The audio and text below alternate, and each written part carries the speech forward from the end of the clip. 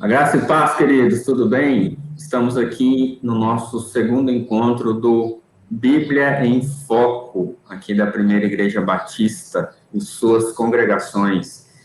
Nós queremos avisar que hoje nós estamos fazendo de uma forma diferente. Cada um na sua casa, na verdade eu estou aqui no meu gabinete, o Renan está na casa dele. Eu estou em casa. Tá lá o guarda-roupa dele, que bonito, moderno, combinando com forro de madeira. Claro, isso aqui tudo combina, você tá doido. Um monte de moeda não, de medalha pendurada lá. Mônica Freitas me contrate. Os campeonatos do Mateuzinho. Gente, mas brincadeiras à parte, a gente está aqui para até fazer uma aula mais didática com vocês. Nós deixamos os holofotes ali do templo, o cenário bonito, para a gente ter essa função aqui um pouco mais didática. Então, a gente vai estar conversando hoje, fazendo esse estudo. Em paralelo, você vai ver aí na tela um slide com tudo aquilo que a gente vai estar falando. Isso vai ajudar também você a absorver melhor os estudos. Falou aí para a galera aí, Renan. Oi, galera. Boa noite ou boa tarde, nós estamos gravando, né? Então, boa noite para você que vai assistir às 7 horas, ou que você que vai assistir depois, mas assista e compartilhe, tá? Porque vai ser um tempo muito bom de aprendizado aqui. Verdade. A gente está deixando de fazer ao vivo, até para a gente ter a segurança de que você vai receber todo o ensinamento, porque semana passada a gente teve algumas quedas e aí acaba perdendo um pouco o fio da meada do estudo, então a gente preferiu fazer gravado, mas mesmo assim, se você tiver alguma pergunta, alguma dúvida, você pode colocar aí nos comentários do Facebook ou do YouTube, e aí semana que vem nós vamos pegar essas perguntas e a gente começa respondendo elas. Semana passada nós não recebemos nenhuma pergunta, sinal que todo mundo está entendendo, né? No inbox eu recebi. Recebeu? Não, o que é isso aqui? Legal. Então é isso aí, gente. Vamos começar então, já agora. Vamos lá. Vamos fazer uma recapitulação, né, da semana passada. Nós estudamos Efésios 1, do 1 ao 14. Hoje nós vamos do 15 ao 23, encerramos o capítulo 1 de Efésios. E a gente falou sobre a autoria da carta, que é de Paulo, e é o mais bem aceito. Nós falamos que a carta foi escrita para a igreja de Éfeso, que era uma cidade importante, uma cidade portuária na Ásia Menor. Então é uma cidade estratégica que Paulo plantou ali um trabalho evangelístico e possivelmente Paulo estava preso quando ele escreveu essa carta sobre a custódia de Roma, sobre o imperador de Roma, numa casa alugada por ele que supostamente ele ficou ali cerca de 2 anos, né? Então ele teve tempo para escrever essa carta e só relembrar as divisões da carta. A carta ela foi escrita primeiramente para a igreja, ela foi escrita para a igreja e sobre o evangelho. Então é o evangelho para a igreja, tanto ele em toda a sua profundidade, tanto é que temos que estudar palavra a palavra para conseguir tirar o máximo que essa carta tem para nos dizer, e como esse evangelho vai afetar ou alterar nossa vida prática, como nós vamos viver a partir da luz ou da ótica da vida cristã, certo? Então, no capítulo 1 ao 3 será apresentado esse evangelho, e do 4 ao 6 nós vamos falar sobre essas dimensões mais práticas da vida cristã. Ok. Você está me ouvindo? Tô te ouvindo. Ah, tá. Então, bora lá. É que no meio da sua fala eu falei com você, mas você não me respondeu. Ai, meu, eu estava empolgado. Então, bora. Introdução aí agora ao texto que a gente vai ler hoje, né? Que a gente vai aprender hoje. O estudo, ele está com o nome de Uma Vida de Oração, e a base dele é Efésios 1, do 15 ao 23. Mas esses versos de 15 a 23 tem como ponto de culminante a oração de Paulo. Na verdade, Paulo era um homem que orava muito, era um homem que investia tempo em oração, e E a oração também é um ponto culminante da sua teologia, que é o que a gente colocou aí para você ler. Ele pede para Deus abrir o nosso entendimento, a fim de que saibamos que somos o povo mais poderoso do mundo, né? Somos o povo adquirido e escolhido por Deus. John Stott, ele fala o seguinte: a fé vai além da razão, mas baseia-se nela. O conhecimento é a escada através da qual a fé sobe mais alto. É o trampolim onde se pula mais longe. Eu gosto disso, hein, Renan? E você? Essa frase é muito boa, porque a gente entra no equilíbrio da vida cristã, uma profundidade sustentada em algo que se sustenta, que é a palavra de Deus, né?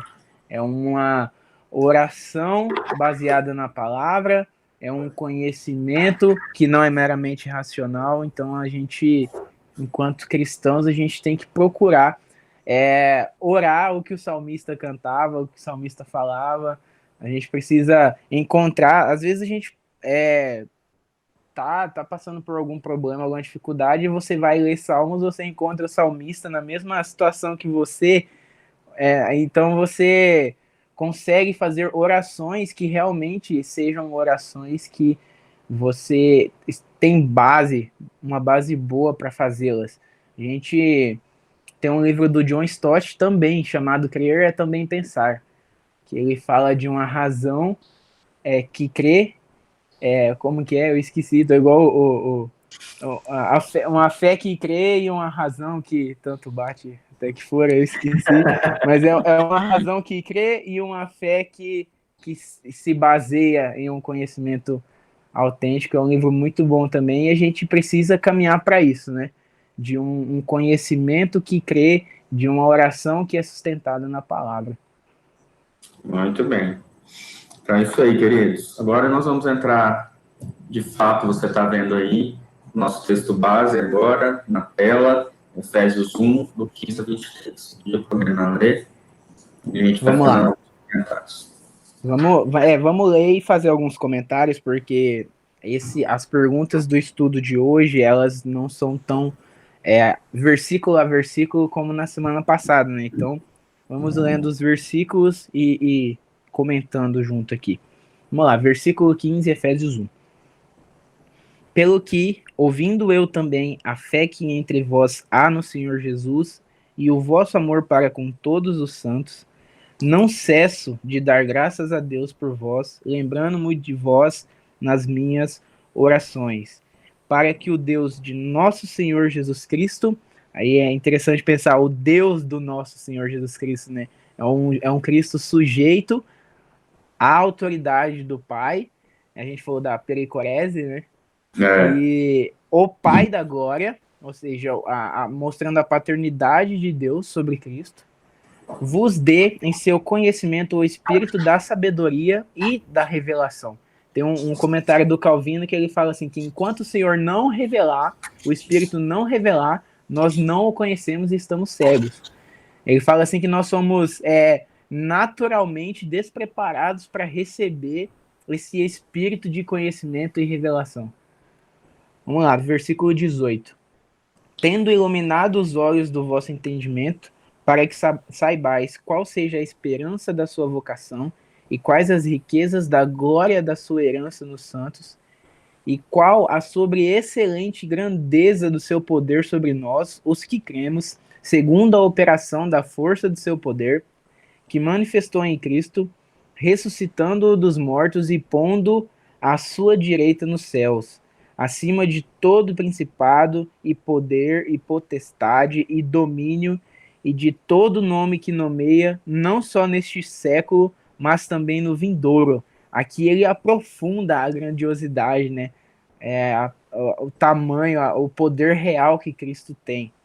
Vamos lá, versículo 22. E sujeitou todas as coisas a seus pés e sobre todas as coisas o constituiu como cabeça da igreja, a mais elevada autoridade sobre nós. 23, que é o seu corpo, a plenitude daquele que cumpre tudo em todos. Muito bem. E é interessante a gente pensar o que a gente estudou semana passada, né? o versículo inicial até aqui. Então, a gente vai perceber que Paulo ele vai fazendo uma construção mesmo desse evangelho, do que ele está querendo passar. E semana passada nós vimos sobre a Cristo como cabeça, a igreja como sendo esse corpo, e a gente vai continuar nesse caminho aí, tá? Então vamos lá. E Pergunta 1. aqui ele. Tanto é que no versículo 15 ele começa meio que cortando a ideia ali, né? Pelo que ouvindo eu também. Então ele conclui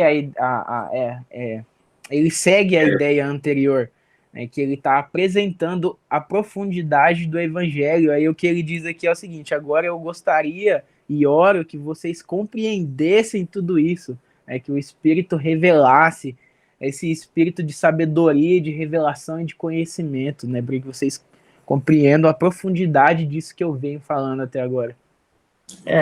A gente vai ver aqui como hoje é uma vida de oração, que esse era, né, até adiantando uma pergunta lá na frente, essa é uma oração de gratidão, mas ao mesmo tempo de um desejo que Paulo tinha, de um anseio que ele tinha. Era como se algo tivesse queimando no coração dele, e ele queria que esse mesmo fogo fosse incendiado no coração daqueles que ouvissem.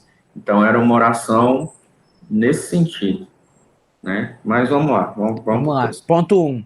Ponto 1 do estudo, de fato.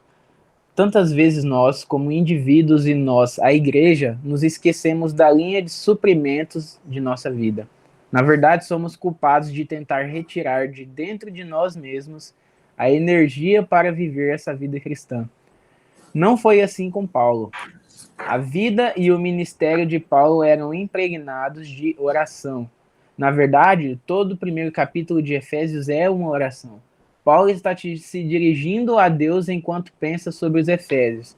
É de importância vital que nós mantenhamos um alto nível de oração a fim de gozarmos uma vida cristã saudável e que também preservemos um equilíbrio entre louvor e oração, segundo o modelo que Paulo nos dá. Que bacana. Aí E a aí primeira vem a pergunta, né? pergunta. Isso. De que maneiras você luta para manter uma vida consistente de oração e louvor? Então, nós vimos aí a importância que Paulo dava para a oração. E esse mesmo anseio, esse mesmo desejo tem que estar sendo real na nossa vida. Eu separei aqui umas frases só para você ver como que alguns homens, a gente lê sobre alguns homens de Deus, né, do nosso século, do século passado, e como eles davam importância para a oração. Tem um livro chamado Heróis da Fé. Você vai ver a história de alguns homens, você vai ver o tanto de tempo que eles investiam em oração, né? Então, a oração, segundo umas frases de Leonardo Niverhill, de um livreto dele. Será que eu posso levantar aqui e pegar uns livros? Vai lá.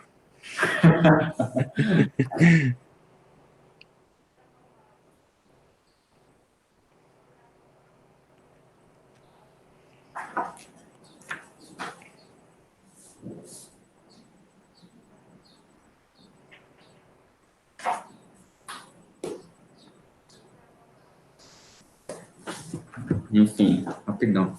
Que é isso aqui, porque tarda o pleno avivamento.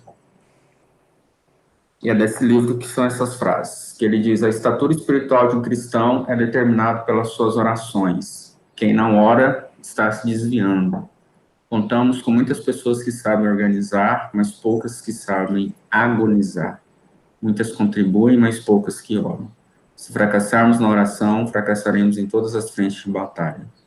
O segredo da oração é orar em secreto. Quem se entrega ao pecado para de orar, mas aquele que ora para de pecar.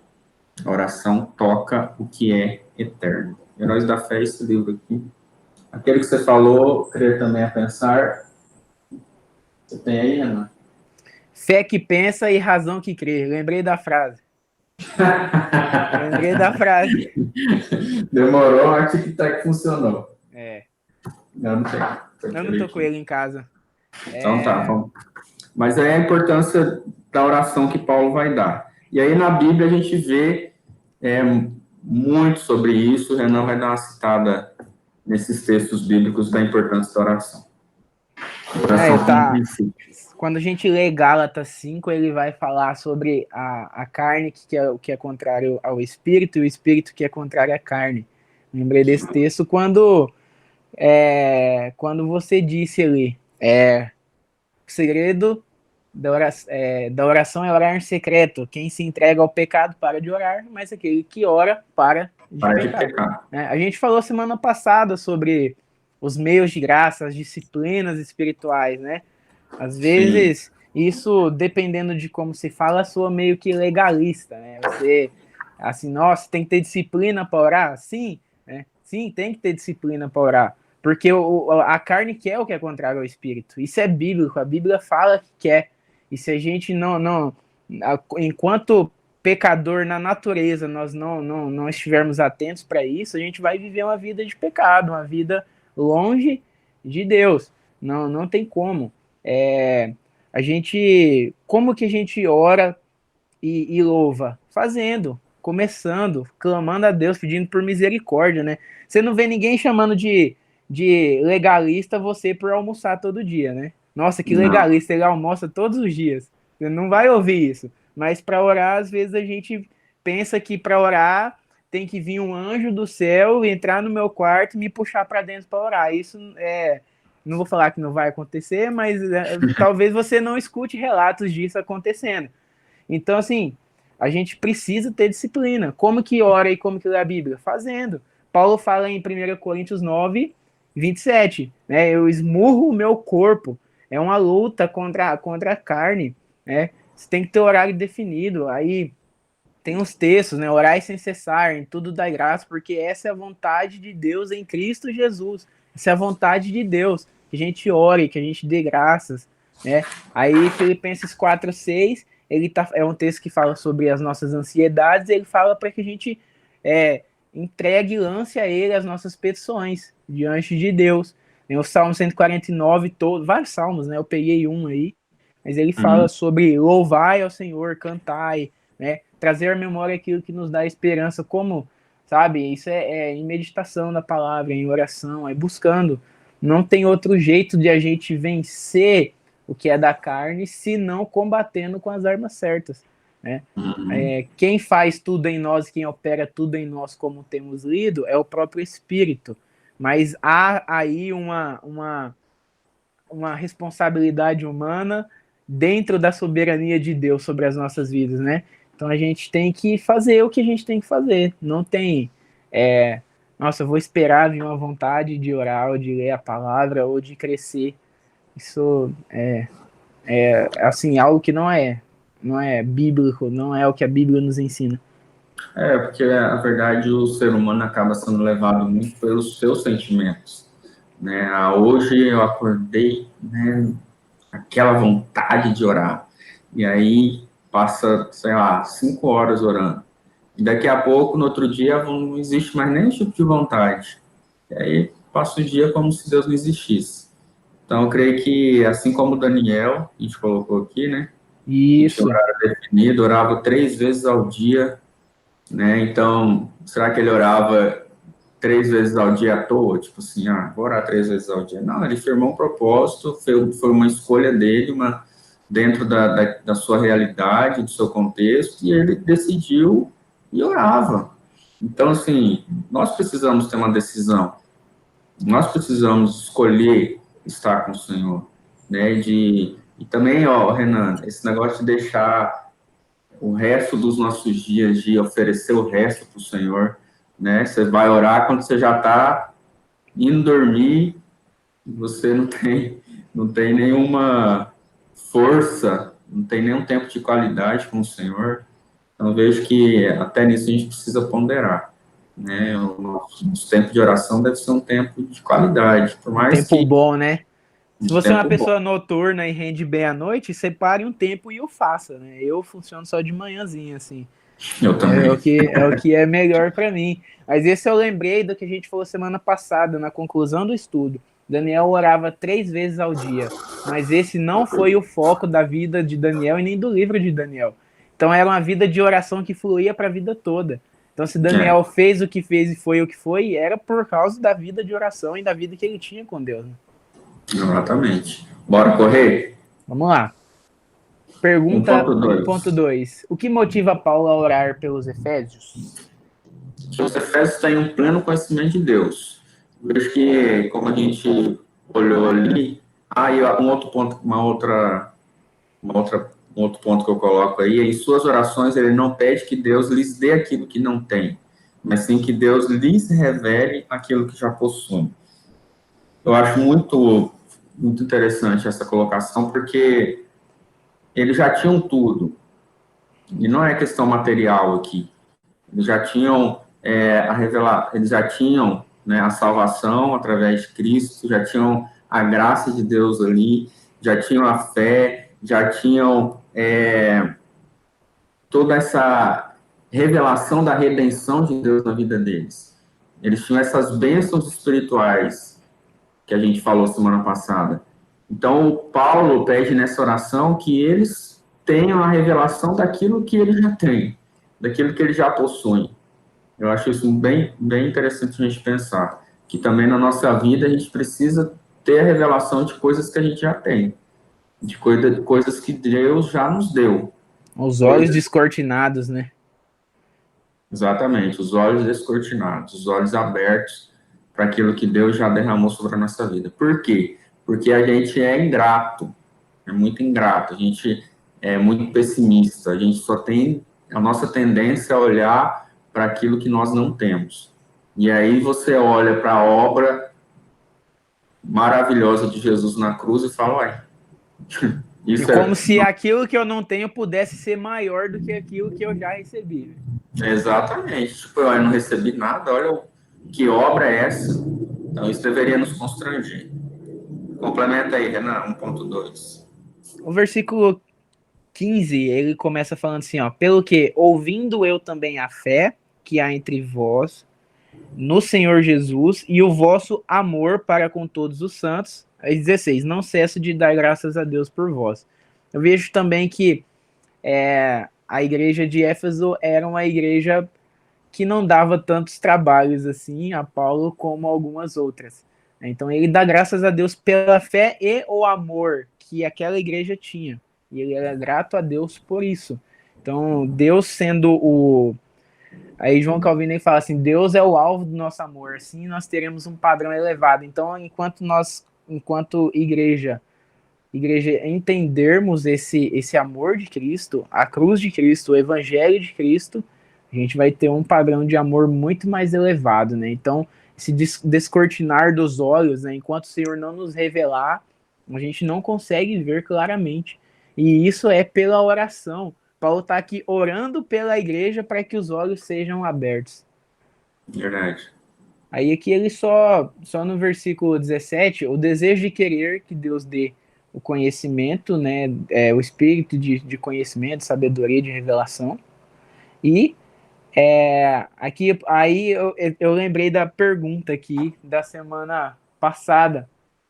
Por isso a pergunta, como Paulo na prisão poderia escrever uma carta dessa? Vivendo isso, vivendo em profundidade esse evangelho. O que talvez para nós seria lamento, e que, assim, a gente tem que orar para que a gente se fortaleça, para quando chegar os dias, a gente ter uma fé olhando para esses homens e poder se espelhar no que fizeram e no que viveram, né? A gente chegar a esses dias de dificuldade, a gente não lamentar, mas graças a Deus, e enxergar isso que já nos foi revelado. Vejo que Paulo, um homem preso, escrever isso aqui é alguém que realmente experimentou aquilo que ele estava pregando e vivendo. Isso aí, ponto 2, vou ler aqui. Apesar de sua incessante gratidão a Deus pelos Efésios, Paulo ainda não está satisfeito com eles. Então, qual é o seu pedido? Não é que recebam uma segunda bênção, entre aspas, e sim que possam apreciar em sua mais plena extensão possível as implicações das bênçãos que já receberam. Por isso, a essência de sua oração por eles é para que vocês saibam. Versículo 18. Não podemos negligenciar esta ênfase. Crescer no conhecimento é indispensável ao crescimento na santidade. O conhecimento pelo qual Paulo ora, soma o conhecimento da experiência ao conhecimento de entender. Mas, mais do que isso, dá ênfase em chegar ao pleno conhecimento de Deus. Não há conhecimento mais alto do que esse. Não, porque o espírito de sabedoria, porque o espírito de sabedoria e revelação ajudaria os efésios a conhecerem Deus melhor? E essa pergunta pode ser assim, né? Por que o espírito de revelação e sabedoria nos ajudaria a conhecer a Deus melhor? Né? Vou ler uma citação aqui do Calvino, que está na tela também, que é: enquanto não formos instruídos pelo Espírito de nosso Mestre, tudo o que conhecemos não passa de futilidade e ignorância. A gente pode viver uma vida na igreja de futilidade e de ignorância, de picuinha, de fofoca, de fazer por aparecer, de viver por aparência, pelo que estão pensando de mim, pelo que vão dizer, pelo que não vão dizer. A gente pode fazer tudo o que a gente faz, que são coisas boas, com motivações erradas, viver na futilidade, na ignorância desse conhecimento. Então, aí ele continua: enquanto o Espírito de Deus, mediante uma revelação secreta, não descortinar esses dons diante de nós, olha os dons, não podemos discernir nosso chamado divino, pois excede a compreensão natural de nossas mentes. Então, enquanto a gente não receber essa revelação, esse espírito de sabedoria e revelação que não vem de nós, que nós devemos clamar e orar a Deus para que nós possamos receber, a gente é totalmente incapaz de fazer, ou de ser, ou de viver. Então, essa revelação, ela faz com que nós vivamos como a igreja que Cristo quer, a igreja que Cristo sonha em ter, né? Então, como que a gente pode fazer isso? A gente deve meditar na palavra, fazer as nossas orações, e é aquilo que a gente já vem conversando. Se a gente não fizer isso, como que a gente vai conhecer a Deus? Baseado em quê? Baseado aonde, né? Onde que está a nossa base? Realmente ter os olhos descortinados e a gente se aprofundando neste conhecimento da palavra, junto com a nossa vida de oração, a gente vive o que realmente Jesus disse lá em João 8:32, né? Conhecereis a verdade e a verdade vos libertará, certo? E se o Filho vos libertar, no mesmo texto, um pouco adiante, no 8:36, se o Filho vos libertar, vocês serão verdadeiramente livres. E essa é uma liberdade para a vida, não uma liberdade para a morte, não é libertinagem, né? É uma graça que é derramada e estendida a nós para que nós possamos viver a vida realmente. Então, assim, quando nós somos livres pelo Filho, se Ele nos libertar, a gente é livre e vive uma vida em obediência, uma vida que realmente faça sentido. Quando a gente vive essa liberdade em Cristo, esse descortinar, ele foi trazido sobre as nossas vidas, a gente é realmente quem nascemos para ser. A gente volta uma vida que glorifica a Deus. A gente vive essa vida. E quando isso é comunitário, aí a vida de Cristo fluindo nas nossas vidas, com os dons sendo manifestados na vida da igreja, a gente realmente vive, né? A pergunta é, isso ajuda, como, né? Por que ajudaria? São motivos até assim, suficientes, né? É isso mesmo. O ser humano, ele não é capaz de compreender as coisas de Deus. É só através do Espírito Santo, da iluminação do Espírito Santo, a revelação da sua palavra.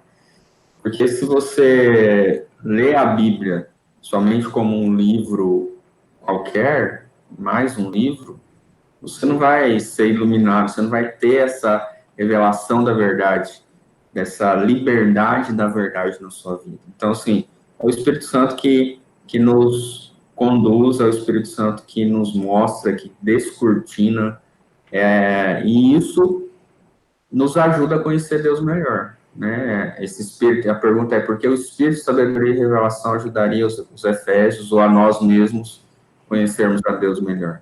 É através dessa descortinação, através dessa nova ou dessa verdadeira visão acerca, primeiramente, de quem Deus é, porque essa iluminação traz, de fato, melhor essa visão de quem Deus é, e também melhor o que é cada um de nós, o que somos nós mesmos, e o livro de Efésios vai tratar bastante sobre esse relacionamento também como igreja.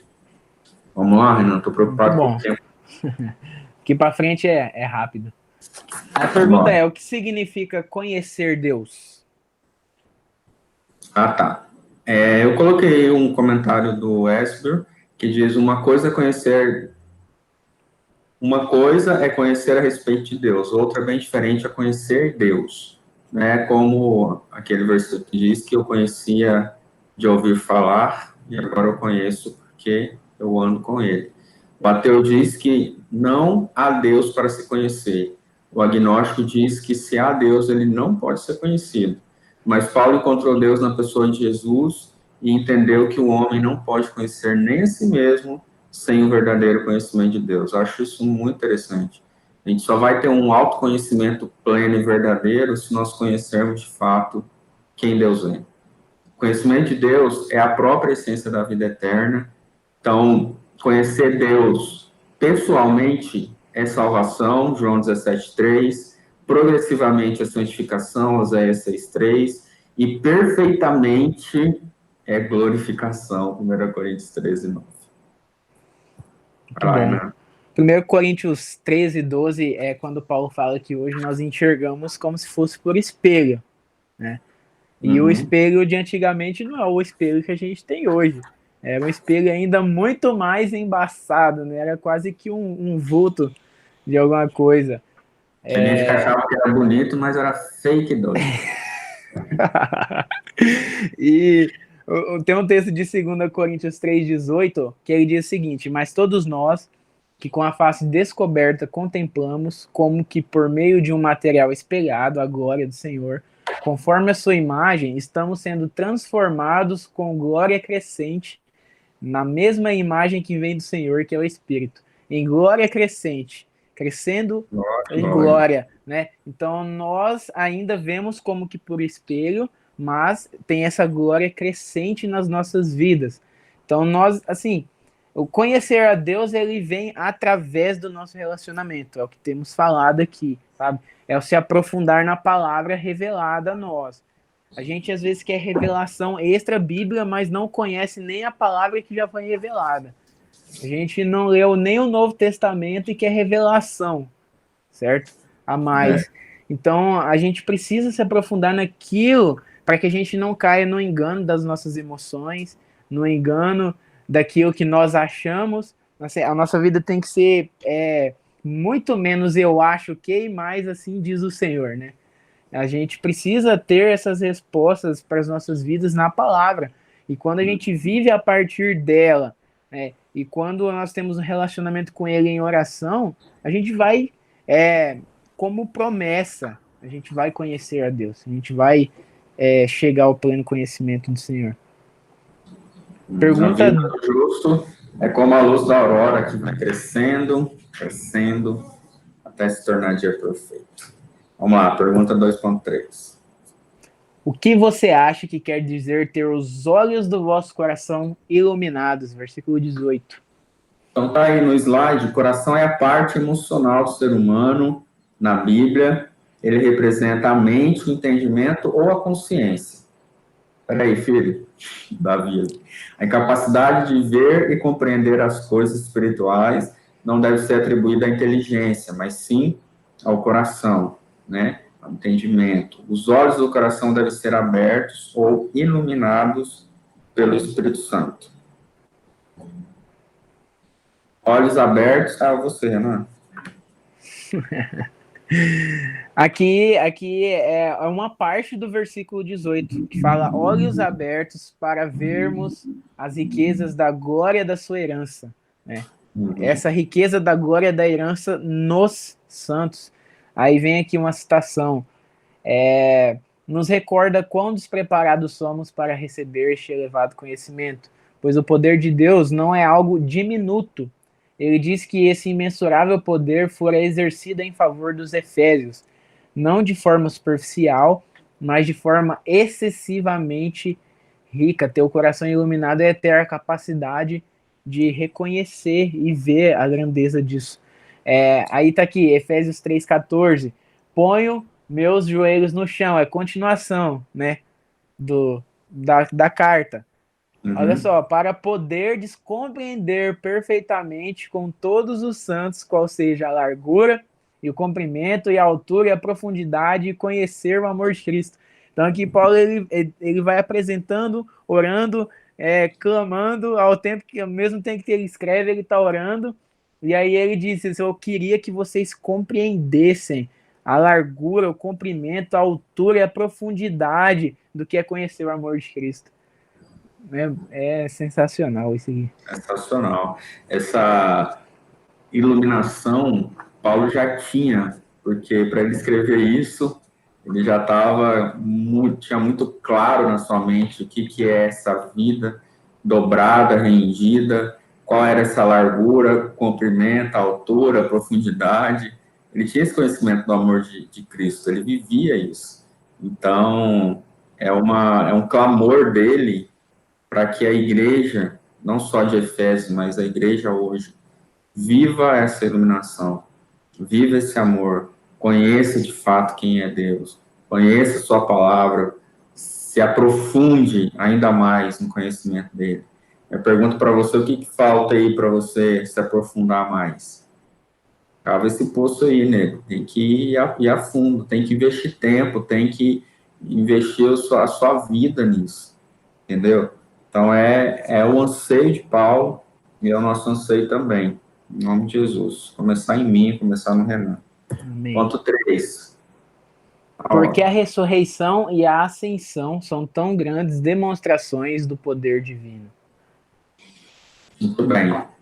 Então, poder, não está aí no slide, mas poder, ele deriva, na verdade, Paulo utiliza algumas palavras. Por exemplo, a dunamis, que traz a ideia de uma dinamite, né, de um poder irresistível, energia, que é o poder que trabalha como uma energia, kratos, que é força exercida, e ichus, que é uma força inerente. Então, é um poder, querido, é um poder de Deus que é quase que... Ele usa essas 4 palavras para tentar definir esse poder de tão grande que ele é. Então, o poder de Deus é visto em alguns eventos na Bíblia. Na ressurreição de Cristo, na ascensão de Cristo, no senhorio de Cristo sobre a igreja e sobre o universo. Eu coloquei aí, que é uma citação de Calvino também, certamente o espantoso poder de Deus se exibe quando somos trazidos da morte para a vida. É interessante que tem gente que fala assim, eu recebi um grande milagre, fui curado disso, igual eu, fui curado da minha voz, é um grande milagre. Mas o maior poder, espantoso poder de Deus, se exibe quando a gente é trazido da morte para a vida. Quando há a salvação. Uma das maiores, é a maior demonstração de amor. É quando nós somos filhos do inferno, somos transformados em filhos de Deus e herdeiros da vida eterna. Isso aí é um milagre, né, pastor? É um milagre. Você está morto, trouxe da morte para a vida. O morto, ele não fala assim, eu vou ressuscitar aqui. Não. É um milagre, é algo assim, de Deus, recebido de Deus, esse trazido da morte para a vida. Isso mesmo. Só para encerrar aqui, Paulo fez tudo para enaltecer a glória do reino de Cristo entre os Efésios, bem como para impregnar suas mentes com um profundo senso de graça divina. E para que não se vissem esmagados pela visão de sua própria indignidade, o apóstolo os exorta a que considerassem o poder de Deus, como se quisesse dizer que sua regeneração fora obra de Deus, ainda que extraordinária, na qual eles exibira de forma grandiosa no seu infinito poder. Fala aí, Renan. Bom, só versículo 20, que eu tenho para destacar dessa pergunta como esse poder opera na igreja hoje? Não, né? É a anterior. Porque a ressurreição e a ascensão são tão grandes demonstrações do poder divino. Primeiro que, versículo 20, mostra que Cristo tem poder. sobre a vida e sobre a morte, certo? Aham. E isso é o que a gente disse, ocorreu com a gente, nos trouxe da morte para a vida. Efésios 2:1, que já é um pouquinho o que Paulo vai falar na semana que vem. Estávamos mortos em nossos pecados e delitos. Mortos. E aí, mostra o que também? Mostra o poder real de Cristo, sentado ao lado direito de Deus, governando, né? Tendo o controle soberano sobre todas as coisas. Versículo 21. E Cristo exerce esse governo e autoridade sobre todas as coisas. Aqui ele fala sobre, acima de todo principado, poder, potestade, domínio e de todo nome que se nomeia, não só neste século, mas também no vindouro. É Cristo soberano sobre todas as coisas. Sim. Então, bora lá. 3 agora, né? 3.1. 3.1. Como esse poder se opera na igreja hoje? Fala aí, Renan. Sou eu. O poder que atua nos crentes e o poder da ressurreição. É o que a gente acabou de falar, é um complemento. F.F. Bruce afirma que a morte de Cristo é a principal demonstração do amor de Deus, mas a ressurreição de Cristo é a principal demonstração do poder de Deus. Muito bom. Só vou ler essa do meio aqui, ó. Ele fala, somos transformados em filhos de Deus e herdeiros da vida eterna. Isso já é grandiosíssimo. Se isso operar na igreja, aí é assim, ó. A citação 2 aí. Portanto, Cristo tão somente é o espelho através do qual podemos contemplar aquilo que a fraqueza da cruz impede de ser visto claramente em nós. Em nós mesmos, né? Quando nossas mentes se despertam para confiar na justiça, na salvação e na glória, então aprenderemos a volvê-las para Cristo. Ainda estamos sob o poder da morte, mas aquele que ressuscitou dentre os mortos pelo poder celestial tem o domínio da vida. Isso aí opera na igreja como? Viva sua vida cristã do jeito que ela tem que ser vivida, que Deus tem o controle sobre a morte, sobre a vida. Sua hora vai chegar, a hora que tiver de chegar. Viva seu propósito do jeito que você tem que viver, porque ele tem o poder sobre todas as coisas, né? Aí ó, foi-lhe dado um nome diante do qual anjos e homens se curvam reverentemente, cuja menção faz os demônios e os perversos estremecerem. Muito bom. Vamos lá, 4. A 4, gente, não tem pergunta, tá? É só um pensamento, enfim, vamos lá. Um resumo, na verdade. A ênfase da oração de Paulo é que seus leitores possam ter um conhecimento profundo do chamado, da herança e do poder de Deus. Nós falamos isso até aqui, tá? Mas de que maneira os cristãos crescem nessa compreensão? Alguns responderão que depende do esclarecimento do Espírito Santo. E estão certos em parte, pois Paulo ora pedindo que o Espírito de sabedoria e de revelação possa aumentar o conhecimento de Deus. Mas não podemos ficar somente orando e esperando por essa iluminação. Outros fazem totalmente o oposto. Usam suas mentes e pensam, mas deixam pouco espaço para a iluminação do Espírito Santo. O apóstolo Paulo une as duas coisas. Primeiro ora para que os corações sejam iluminados a fim de conhecer o poder de Deus, e depois ensina que Deus já supriu o seu poder ressuscitando e exaltando a Jesus. À medida que usamos nossas mentes para ponderar o que Deus já fez em Cristo, é aí que o Espírito Santo abrirá os nossos olhos para compreender quais serão as implicações disso em nossas vidas. Ok? Muito bom. Precisa falar alguma coisa? Acho que não. Não. Só fez um resumo de muito do que a gente já falou até agora. Falava, exatamente. Vamos para 5? Vamos lá. 5 é só uma pergunta. De que maneiras você gostaria de conhecer a Deus melhor? É uma pergunta pessoal, bem pessoal, mas a gente vai pontuar algumas coisas só para esclarecer ainda melhor as respostas. Como ele é, na plenitude daquilo que está revelado. Eu acredito que Deus ele é muito mais do que ele nos revelou, certo? Só que o que ele nos revelou já é grandioso o suficiente para a gente querer conhecê-lo do jeito que ele realmente é, A nossa mente ela não consegue compreender tudo o que Deus é hoje. E eu acredito que ele nem nos revelou tudo do que ele é, certo?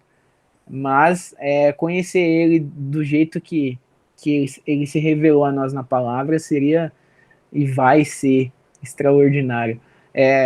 Sem essa visão embaçada, obscurecida pelo pecado e as limitações que temos, da maneira que Paulo descreve na oração e como ele vivia, certo? Uhum. Eu penso que assim, Paulo diz, ele disse assim, ó, eu não penso que eu tenha alcançado, mas eu prossigo para o alvo, certo?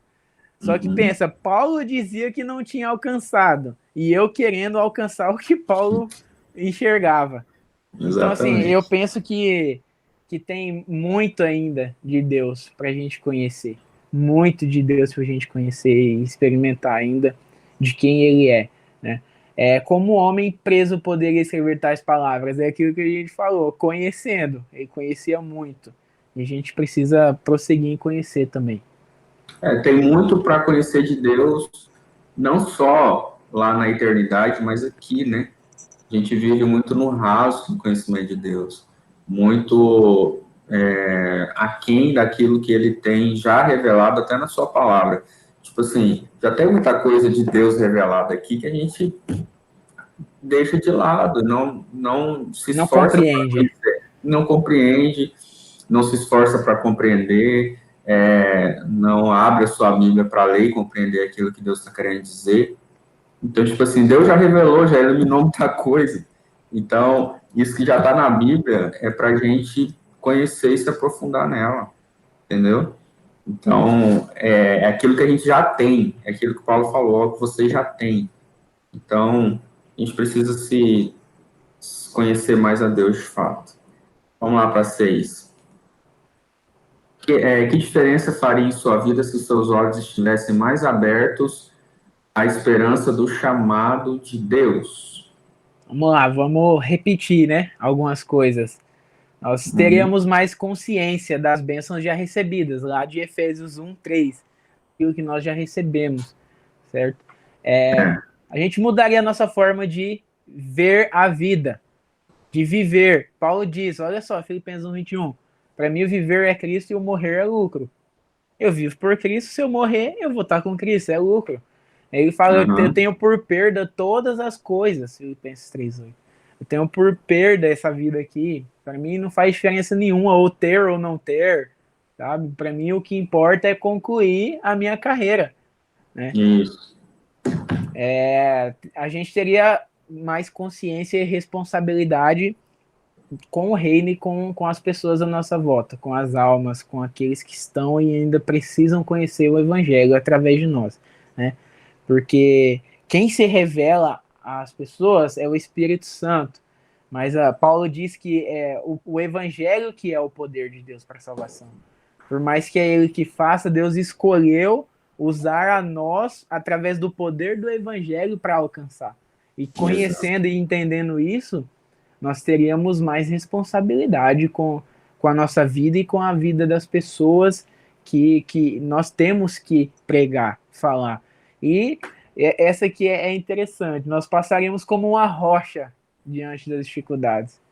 Nós passaríamos crendo, sabe? É aquele versículo ali, ó. Para mim, morrer é lucro, viver é Cristo. Então, Isso a mesmo. gente. As, o que pode acontecer de ruim para uma pessoa que sabe que quando morrer vai estar eternamente com o seu Salvador, com Cristo, né? A gente, às vezes a nossa cabeça está aqui, num dia que deu alguma coisa errada na vida material e terrena, sendo que a gente faz parte de um reino muito maior do que qualquer coisa que a gente possa viver aqui. Uhum. Porque Paulo, como ele tinha esse olho aberto, né, esses olhos abertos, tudo que ele passou aqui é interessante que na carta para Filipenses, né, para Filipenses ele vem falar muito sobre alegria, né, alegria, alegria, alegrai-vos, alegrai-vos, e ele estava escrevendo ainda nesse mesmo contexto de E é um prisão. alegrai-vos diante de muito choro, de muita dor, de muita. Se você for olhar o contexto dele, ele não tinha motivo nenhum para humanamente se alegrar, mas ele tinha esses olhos abertos para a esperança da vida eterna, né? Então ele passava por essa terra alegre, sabendo, não a alegria de dar risada e de fazer piada, Não é mas uma alegria, bestagem, né? não é bestagem, era uma alegria verdadeira, era uma confiança, era uma certeza, uma paz, uma alegria que traz paz. Realmente, essa última frase a gente passaria como uma rocha pelas dificuldades da vida, é muito real. Vamos lá para o último? Vamos. A igreja é central para o plano de Deus, versos 22 e 23. Qual o papel que a igreja desempenha em sua vida? A igreja é a plenitude de Cristo, né? A igreja está cheia da sua presença, animada pela sua vida, cheia com seus dons, poder e graça. A igreja é o prolongamento da encarnação de Cristo, a igreja é o seu corpo. A gente respondeu essa pergunta semana passada, né? Na abertura, né? Na abertura, eu acho interessante, vamos dar uma reforçada lá, vamos dar uma relembrada lá, né, Renan? Isso. João Calvino fala, com essa metáfora ele quer dizer que aqueles que se recusam a se submeter são dignos de sua comunhão. Que metáfora é essa? Por que você destacou isso aqui? Não estou lembrado. Essa não foi eu não, viu? Não? Sim, senhor. Você. Porque, por quanto a unidade da igreja depende unicamente dele. E ele fala da metáfora, mas não tem metáfora nenhuma. Antes disso, não tem nada. Exatamente. Mas foca no por quanto a unidade da igreja depende unicamente dele, olha só. Sim. Por quanto a unidade da igreja depende de Cristo. Gente, eu tinha falado semana passada do que era a igreja, e eu acho isso muito interessante a gente terminar pensando, porque a igreja é central para o plano de Deus. Eu falei da igreja como organismo vivo e como organização, e o Renan também falou um pouco disso, sobre a igreja, o papel da igreja, né, da igreja local, e é interessante a gente trazer esses dois pensamentos de uma igreja que foi resgatada, uma igreja que foi remida, uma igreja que agora é a noiva de Cristo, mas também uma igreja que tem um papel hoje, agora, como igreja local. E aí, semana passada, nós colocamos alguns papéis da igreja. E a gente quer dar uma reforçada nisso hoje, né, Renan? Isso. Vamos lá. Bom, a pergunta é, né, qual o papel que a igreja desempenha em sua vida? A igreja ela tem um papel de te expor a uma vida coletiva e comunitária, uma vida limpa, pura, sem máscara, né? Então isso acontece por meio do discipulado, isso acontece por meio dos relacionamentos, certo? Jesus fala em Mateus 28:20 sobre, depois que ele fala sobre ir de fazer discípulos de todas as nações, batizando em nome do Pai, do Filho e do Espírito Santo, ele fala, agora vocês ensinem tudo que vocês receberam. Então o ensino faz parte. Tiago 5:3 ele fala que se tem alguém aflito, ore, se vocês estão alegres, vocês cantem. Isso é a unidade da igreja na oração, nos cânticos, no louvor. Ele fala da oração uns pelos outros em Tiago 5:16. Mateus 18 é quando Jesus está falando sobre arrependimento, né, de você ganhar o seu irmão, se ele aceitar a repreensão. Então fala de arrependimento, confissão de pecado, fala de disciplina. O texto de Mateus 18 é de disciplina no contexto da igreja, né, de se não há arrependimento, há disciplina.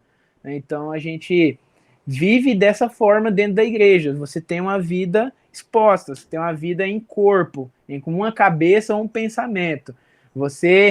Quando Paulo fala assim, ó, já estou crucificado com Cristo, agora vivo, mas não mais eu, mas Cristo vive em mim. Agora a gente não vive mais e vive a vida de Cristo. Né? Viver é Cristo. Então hoje a gente pensa com o cabeça, ele que pensa, ele que dá a direção, e nós somos membros deste corpo, né, dessa cabeça que nos direciona. Então a vida comunitária ela é essencial, ela faz parte da nossa fé, né? E é aquilo que a gente falou semana passada, não existe vida cristã sem vida em comunidade. Pode ser uma igreja na casa, se tiver a sã doutrina dos apóstolos, se vocês orarem, se vocês tiverem a pregação, se vidas estiverem reconhecendo, né, a Cristo como Senhor, você tem uma igreja, né? Mas sem a comunidade não existe fé sozinho. Não existe fé cristã sozinho. Não, e hoje, antes dessa pandemia, hoje é dia 7 de julho de 2020, não sei quando você está assistindo esse vídeo, mas a gente está vivendo tempos de pandemia, onde a igreja precisa estar muito mais fortalecida nessa essência, mesmo longe, porque nós não estamos reunidos presencialmente, né? As células estão acontecendo, os cultos não está tendo aquela presença, né, pessoal da igreja, mas mesmo assim eu penso, a gente tem experimentado isso aqui, graças a Deus pelas ferramentas que nós temos hoje na internet, que a gente tem tentado viver esse papel da igreja hoje, né? Através do celular, através das redes sociais, através de lives, de culto online, que é um princípio de Deus, porque não deixar de congregar é isso, é viver a igreja, é viver vida comunitária. Então, a igreja, ela nos expõe a essa vida comunitária. Não tem como ser igreja sozinho. Não tem como ser igreja lá, só. Né? Eu creio em Deus e isso basta, que muita gente vive hoje isso, né? É a igreja dos... Tem uma fé em Deus, tem uma fé em Deus. Eu creio em Deus, mas eu não congrego, não. Então, assim, não adianta, não tem como fugir. A igreja, ela é esse corpo. Eu tenho fé em Deus, mas em que Deus, né? Porque o Deus da Bíblia fala para congregar, né? A palavra dele diz. Precisa morrer o ego, né? Vamos lá. Conclusão. O maior pedido de oração não é conseguir as coisas que foram pedidas, mas sim conhecer a Deus, sua mente e coração. Não de uma forma parcial, mas um conhecimento pleno. Que esse seja o nosso desejo e nossa oração, que esse seja o meu desejo, a minha oração, o desejo de conhecer mais o Senhor, de prosseguir em conhecê-lo. Esse é o nosso desejo, para você também que está nos assistindo. Renan, suas conclusões? Eu fico muito feliz com este tempo aqui de estudo, de aprendizado, e que isso realmente seja uma ferramenta de crescimento para nós, para a nossa igreja, para você que está assistindo, que quando nós aprofundamos o nosso conhecimento na palavra, nós temos realmente um conhecimento verdadeiro da nossa fé. Então, eu fico muito feliz com isso aqui, fico feliz de podermos estudar palavras juntos. E é isso aí, Deus abençoe vocês. Amém. Deus abençoe. Compartilhe esse vídeo aí para o máximo de pessoas que você puder. E nós temos percebido, queridos, semana passada, no nosso primeiro vídeo, todos que assistiram tiveram uma compreensão melhor para compartilhar no seu grupo. Então, assim, assista mesmo até o fim. A gente deixou um pouco mais didático até para facilitar o seu entendimento. E nós vamos seguir assim, tá bom? Isso. E dê feedbacks para a gente também, se você souber de algo que possa melhorar. A gente acha que está dando melhor, mas às vezes você pode achar alguma coisa que possa melhorar isso aqui. A gente é humilde, viu? Você pode dar dica aí, que não precisa ter medo não, né, Renan? Não. E pode fazer pergunta, tá? Manda as perguntas, ou diretamente para mim ou para o Renan, ou joga lá nas redes sociais. Não tenha vergonha de fazer pergunta, queridos, tá bom? Não tenha vergonha. E é isso. Vamos encerrar aqui. Deus abençoe sua vida, Deus abençoe seus estudos. Como a conclusão diz, que nós possamos conhecer melhor ao Senhor, que nós possamos crescer no conhecimento dele. Amém? Amém. Deus abençoe. Deus abençoe, Renato. Obrigado. Até mais, pastor.